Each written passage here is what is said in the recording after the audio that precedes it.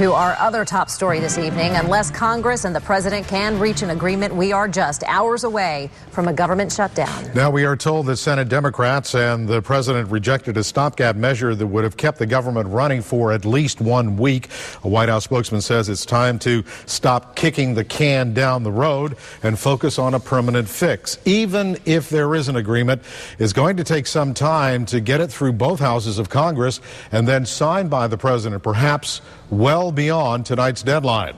That means hundreds of thousands of our nation's heroes could be without assistance they and their families depend on for everyday living.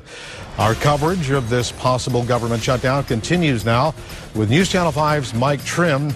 He's at the VA hospital in Riviera Beach tonight with more information. Mike?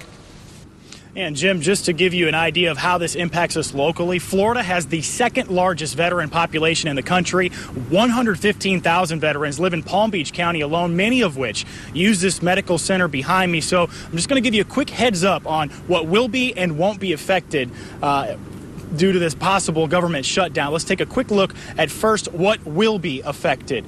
Number one, the thing that will be affected is claims going through the Board of Veterans Appeals Office. Very specific. The appeals office will temporarily stop. New education and vocational benefits processing would also stop, and that includes new GI Bill enrollments. Benefits offices will also have limited availability. Switching gears now to what won't be affected under this shutdown. Good news here is all medical facilities like the one I'm standing in front of will stay open and fully operational, and currently enrolled education benefits like the GI Bill will continue. Claims processing will continue, and that's just thousands and thousands of claims the VA deals with on a daily basis. Those will continue, but they perhaps will be delayed because of this government shutdown. Obviously, some personnel issues with the VA.